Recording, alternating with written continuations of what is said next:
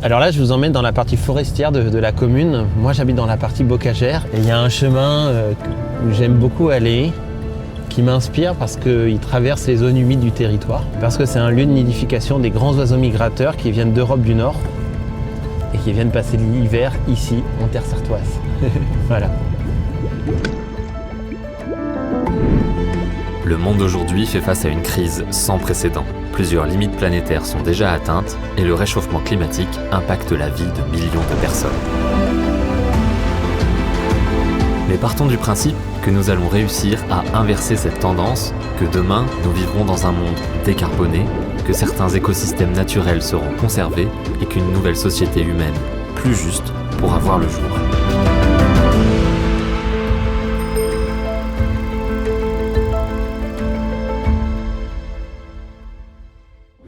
Bonjour et bienvenue dans Et après, l'émission où l'on se demande, où l'on imagine à quoi ressemblera vraiment le monde de demain. Un monde plus juste, plus décarboné et plus durable. Pour commencer, je tiens à m'excuser pour le temps que nous avons mis à sortir ce nouveau numéro. Nous n'avons pas encore pris notre rythme de croisière et nous avons eu un petit souci technique lors de l'enregistrement d'un épisode qui était prévu pour le début d'année. Mais pas de panique, il arrivera très prochainement. En attendant, pour cette 4e émission, je vous propose un voyage dans la Sarthe. En effet, nous sommes allés passer une journée en compagnie de Damien Deville, géographe et conteur, qui va aujourd'hui nous parler d'agroécologie, de territoire et de sa vision du monde de demain. Et pour commencer, je laisse la parole à Damien pour qu'il se présente. Moi, je viens plutôt de l'écologie scientifique et de l'anthropologie, et j'appartiens à un courant de la géographie qu'on appelle la géographie culturelle, qui s'intéresse au territoire. Tu sais, la géographie, c'est la graphie de la Terre. Donc, écrire la Terre, comment étaient les territoires hier, comment ils sont aujourd'hui, comment on peut les projeter dans le futur face aux enjeux contemporains. Et la géographie culturelle, sa spécificité, c'est qu'elle s'intéresse au territoire par les relations que l'on entretient les uns avec les autres. Entre humains d'abord, mais avec tout ce qui nous entoure ensuite, avec le milieu de vie, qui est composé d'une histoire, d'un récit, d'un mobilier, du non-humain, bien sûr, d'une certaine forme de mythologie, notamment quand on va dans des territoires, dont les territoires africains sur lesquels j'ai travaillé. Et il y a une hypothèse que j'aime beaucoup dans la géographie culturelle qui dit qu'au fond, un géographe, ça pense en marchant. Car gravir une montagne, traverser un marais, marcher dans la forêt, amène à une pensée propre d'un corps qui endure le relief, d'un corps qui endure le territoire. Et c'est vrai que je fais partie de cette nouvelle génération de géographes qui souhaitent réhabiliter, tu vois, cette manière de faire de la géographie qui s'inspire aussi du sensible, tout simplement. Et c'est ce que nous allons faire aujourd'hui. On va se rendre sur le terrain pour découvrir la Sarthe et puis parler d'agroécologie. Mais avant, on vous propose un détour par le Burkina Faso, un autre sujet de prédilection de Damien Deville. Et en particulier pour partir à la rencontre de Yacouba Sawadogo, l'homme qui a arrêté le désert. Yacouba, c'était quelqu'un que j'ai rencontré très âgé. D'ailleurs, il nous a quittés l'année dernière, donc fin 2023, à un âge très avancé pour le Burkina Faso. Et son histoire à Yacouba commence dans les années 80, lorsque son village est rattrapé par des vents chauds venus du Sahara, provoquant disette et sécheresse, au point que la plupart des villageois décident de partir vers la grande ville. Exode rural massif dans son village, et lui décide de rester. Et il se met à planter des arbres. Et ce qui est néanmoins intéressant, c'est pour ça que j'ai voulu le rencontrer, c'est qu'il n'a pas planté des arbres n'importe comment. Il a planté des arbres en réconciliant les différents types de savoir qui pétrissaient son lieu, qui pétrissaient son territoire. Et c'est ce métissage de savoir qui lui a permis de pérenniser sa forêt, quoi. Planter des arbres, c'est ce qu'a fait Yacouba Sawadogo toute sa vie, et c'est le sujet du livre « L'homme qui arrêta le désert » de Damien Deville. Planter des arbres pour faire fructifier les cultures, c'est une forme d'agroécologie. Un savoir-faire qui allie écologie et agriculture. Et au cœur de cette aventure sylvestre, on retrouve une technique de plantation bien particulière, la technique du zaï. Alors, la technique du zaï, c'est une technique traditionnelle dans les systèmes paysans ouest-africains, mais qui a eu tendance à être oubliée sur l'autel de la modernisation agricole. Elle consiste tout simplement à creuser un trou de 30 cm de profondeur, à y mettre un petit peu de matière organique, par des feuilles mortes, par un peu de terre compostée, de mettre ton plant d'arbre dans ce trou, de reboucher à hauteur, et de mettre juste un petit peu d'eau à hauteur. On met l'arrosoir, et dès qu'on voit l'eau déborder du trou, on arrête et on n'en met plus. Le trou creusé et la présence de matière organique va créer un humus favorable au développement racinaire dans des milieux qui sont pourtant relativement arides. C'est ce qui permet à la plante de se développer. chichement au départ. On n'est pas sur les mêmes trajectoires de croissance des arbres que l'on connaît dans les pays européens, mais c'est ce qui permettait de planter des arbres sous des climats si chauds. Yakuba, néanmoins, ce qui est intéressant, c'est qu'il a twisté cette technique. Il l'a améliorée, il l'a décalée, car ces trous, on les creusait au tout début de la saison des pluies. Et lui a décidé de planter ces arbres à la fin de la saison sèche, partant de l'hypothèse que ces arbres allaient pouvoir développer un système racinaire certes timide, mais suffisant pour que lorsqu'arrive la saison des pluies, ils se lancent très vite vers le ciel, tu vois, pour aller chercher le soleil, dans le sol pour aller chercher les nutriments par les racines. Et effectivement, un peu plus tard, il y a des agronomes norvégiens qui sont allés rencontrer Yakuba, qui ont fait des tests dans sa forêt et qui ont montré que des arbres plantés suivant la technique du zai en fin de saison sèche avaient une croissance plus rapide et plus de chances de survie que des arbres plantés suivant la technique du zai au début de la saison des pluies. Voilà. Il a été pris pour un fou lorsqu'il a décalé cette technique et aujourd'hui tous les paysans s'inspirent du zai selon Yakuba Sawadogo pour replanter des arbres dans leur collectivité territoriale. C'est long à développer, il fallait y croire seul contre tous un petit peu. Et résultat des courses, 40 ans après, tu vois, sa forêt fait plusieurs dizaines d'hectares. Les animaux sont revenus, les paysans cultivent de nouveau du mil et du sorgho, peuvent de nouveau vivre décemment de leur métier, envoyer leurs enfants à l'école, s'habiller comme ils le souhaitent. C'est ça qui est important dans l'œuvre de Yakuba. Il a changé un paysage au sens littéral du terme, il a reverdi un paysage, mais il a aussi quelque part reverdi les esprits, pas seulement d'un point de vue écologique, c'est qu'il a montré qu'à travers les arts des forêts, on se réouvrait aussi à des opportunités sociales et économiques. Peut-être pour illustrer ça, peut-être qu'on peut y aller dans le sens inverse, quoi. Si tu coupes trop d'arbres dans les milieux sahéliens, les oiseaux vont partir. Or, certains oiseaux sont bénéfiques pour lutter contre des insectes nuisibles pour les cultures, pour le mil et pour le sorgho. Du coup, les paysans doivent mettre plus de produits chimiques dans leurs champs et du coup s'endetter davantage. Ils n'ont pas des salaires suffisants pour pouvoir opérer ces achats en fait, ces achats supplémentaires. Du coup, ils quittent leur terre. Ils vivent dans les bidonvilles de Ouaga, d'Abidjan, parfois certains partent très loin, sans vœu de succès, sans certitude de nouvelles carrières professionnelles. Et parfois, la mauvaise gestion des terres, la dégradation du milieu peut entraîner des conflits, entraînant, dans certains endroits, de proche en proche, des guerres civiles, quoi. A contrario, si tu replantes des arbres, les oiseaux reviennent. Les insectes reviennent dans les sols.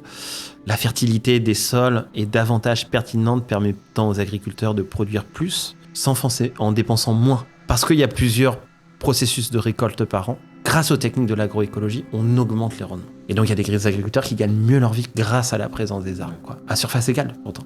À surface de culture égale. Si l'histoire de Yakuba vous intéresse, je vous encourage à aller écouter la version podcast de cette émission, où nous avons creusé autour du livre et abordé plein de sujets passionnants. Mais pour l'heure, je vous propose de monter en voiture et de partir à la découverte du Belinois, une petite région dans le sud de la Sarthe. Ici, c'est la place du village, donc on a de la chance, le Belinois, on est relativement proche du Mans, on est à 25 minutes du Mans. Alors écoute l'histoire de la Sarthe, donc c'est un département qu'on a du mal à placer sur une carte. Il n'est pas très connu, mais il cache bien ses secrets. C'est dans les Pays de la Loire. C'est la porte d'entrée des Pays de la Loire quand tu viens depuis Paris. Certains, un peu par chauvinisme, disent qu'il y a un peu de Paris et un peu de la Bretagne dans la Sarthe, vu que c'est vraiment à mi-chemin des deux mondes. Ça a été une principauté autonome pendant longtemps.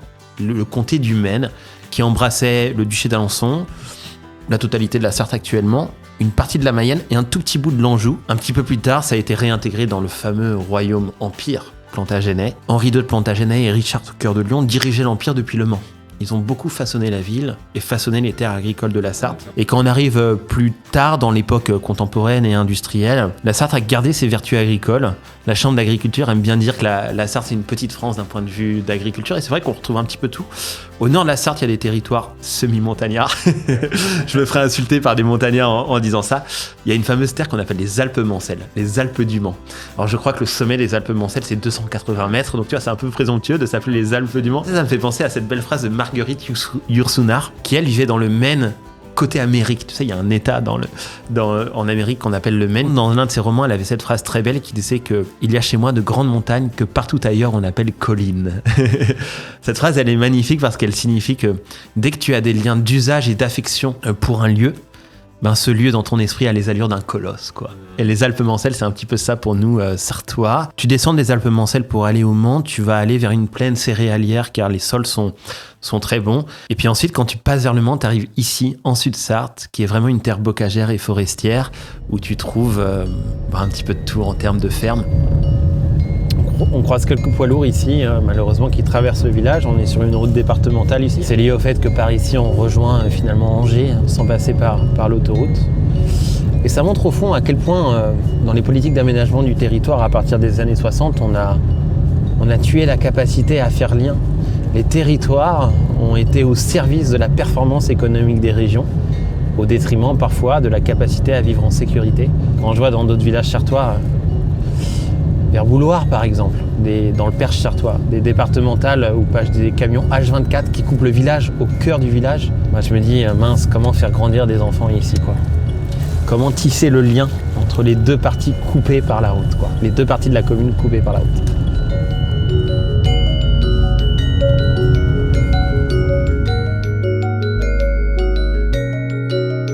Le bocage, c'est une structure paysagère très particulière qui est créée du polyculture élevage, c'est-à-dire des fermes diversifiées qui cultivaient autant la terre pour faire du céréal, pour faire du foin, pour faire des légumes, qu'elles élevaient des animaux en plein air.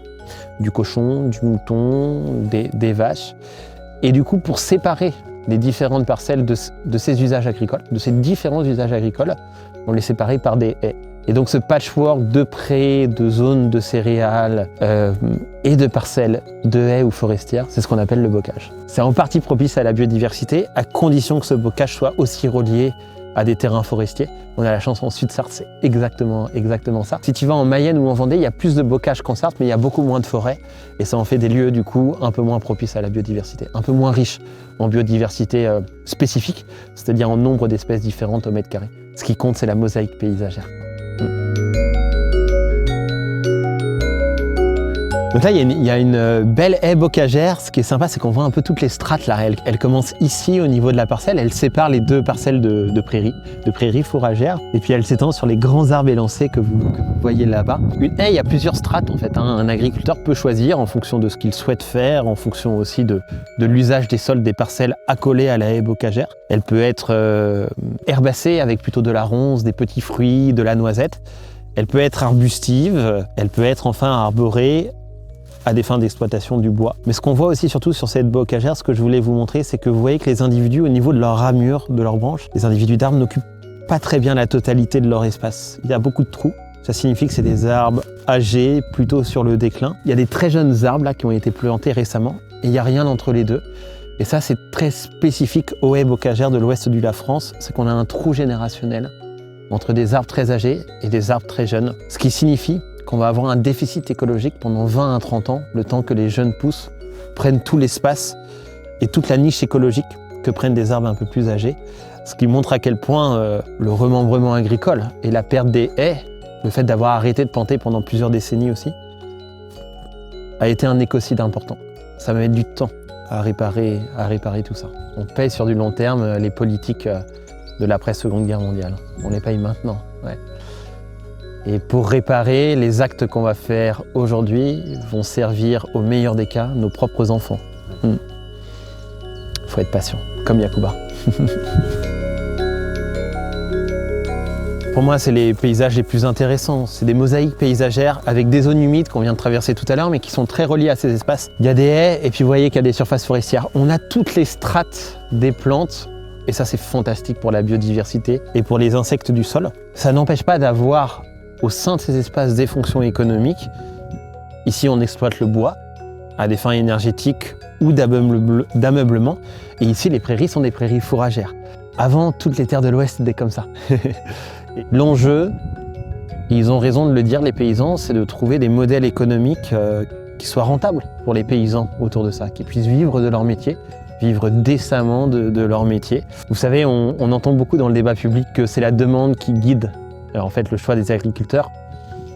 Quand on regarde l'histoire longue de l'agriculture, c'est vraiment l'offre qui a créé la demande.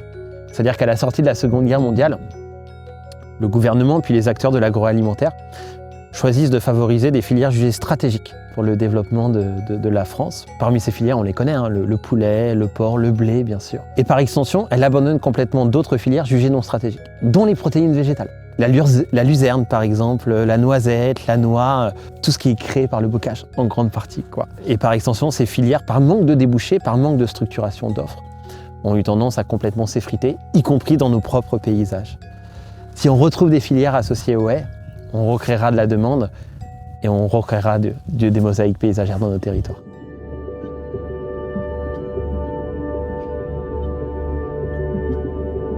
Les coupes rases sont critiquées parce que pendant longtemps ça créait un déficit écologique à l'échelle de la forêt. Mais l'ONF impose quand même aux propriétaires privés de replanter après une coupe rase. Ce qu'il a fait, hein, on voit des arbres qui ont déjà quelques années. Il a fait un peuplement plutôt dense, pas très linéaire, donc ça c'est chouette, mais monospécifique.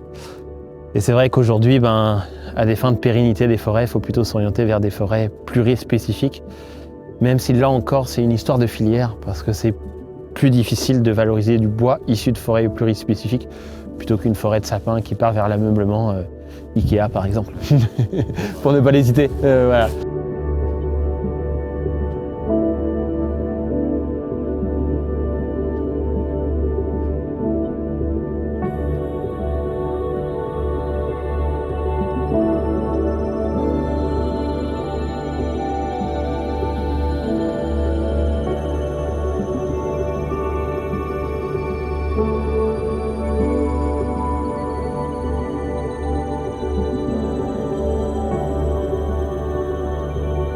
Alors derrière moi, c'est la dernière maison de Saint-Ouen-en-Belin. On est au milieu des bois, elle est reculée et ça lui a donné une fonction particulière, c'est qu'elle a caché plus de 84 enfants juifs pendant la Seconde Guerre mondiale. 84 enfants sauvés ici, dans la forêt sartoise. Et si j'avais envie de vous la montrer, cette maison, c'est qu'elle témoigne selon moi de ce qui fait la plus belle chose du métier de géographe. C'est d'aller dans les territoires à la recherche des récits de la compassion, les dévoiler ces récits, de les remettre sur des cartes, les remettre dans des archives, les remettre dans nos bibliothèques pour qu'ils puissent inspirer les mondes contemporains, quoi. Montrer qu'on peut toujours faire acte de foi en 2024. La capacité à comprendre l'autre pour ce qu'il est et non pour ce qu'on voudrait qu'il soit. C'est très important de le retrouver. Et ça s'invente pas, hein. C'est pas juste un sentiment, c'est aussi des outils théoriques. Des outils historiques de la connaissance, tout simplement. Il faut être armé pour comprendre les mondes, non pas de pistolets, mais de concepts. Ce qui caractérise vraiment les mondes contemporains, c'est, du moins, nous sommes les héritiers d'une immense entreprise d'appauvrissement, en fait, de nos mondes, de nos cartes, de nos territoires, quoi. On n'arrive plus à les comprendre, on n'arrive plus à les lire. C'est lié à notre éducation. Tu vois, ici en Sarthe, peu sont les gens qui connaissent le bocage, qui connaissent la forêt, qui connaissent les chauves-souris dont je te parlais tout à l'heure. On vit en Auvergne sans connaître les volcans. On vit en Cévennes sans connaître l'histoire des Cévennes protestantes, industrielles. Aujourd'hui naturelles, c'est l'un des plus grands parcs nationaux de France. Or, il y a un enjeu à reprendre cette conscience des lieux, quoi. Tu vois, c'est ce sentiment géographique. Tout simplement parce que on protège que ce qu'on aime. On aime que ce que l'on connaît et on connaît que ce qui nous a été préalablement enseigné. Et c'est vrai que la géographie que je pratique cherche à ça, tu vois, à repeupler nos cartes, à repeupler nos mondes, à repeupler nos imaginaires pour enrichir nos possibles, quoi, face aux enjeux contemporains. Il y a un véritable enjeu à libérer nos imaginaires, mais à les libérer pas n'importe comment, à les libérer sur une connaissance scientifique et géographique des territoires dans lesquels on habite. Je reviens à Yacouba, la manière dont il a planté ses arbres est très moderne en soi, quoi. Il a puisé vraiment dans toutes les archives du Burkina Faso. Les archives liées à sa propre trajectoire familiale, les faiseurs de nuages. Il est issu d'une lignée familiale qu'on appelle les faiseurs de nuages, liés au savoir scientifique, de l'agroécologie, de la gestion de l'eau, de la gestion du zaï, et des savoirs spirituels et de l'évolution de ces savoirs spirituels liés au monde de l'islam et au monde de l'animisme. Il a réouvert comme ça la grande bibliothèque du Burkina Faso de tous les savoirs dont elle était composée, et ça, il les a métissés face aux enjeux contemporains. Et c'est ce qu'il faut faire dans chaque type de territoire. Et ça demande une chose, je crois, un grand chantier politique aussi que j'appelle de mes vœux, c'est d'éviter les recettes toutes faites, en fait. Il faut dévoiler les singularités d'un territoire et placer ces singularités au cœur des modèles de développement. Et ça, en tant que Français, ça nous percute pas mal. Ça nous bouscule pas mal parce qu'on a l'habitude des recettes toutes faites en France. On est les héritiers d'un modèle jacobin et centralisateur qui déploie des politiques publiques depuis les couloirs parisiens qui s'imposent comme ça d'un territoire à l'autre.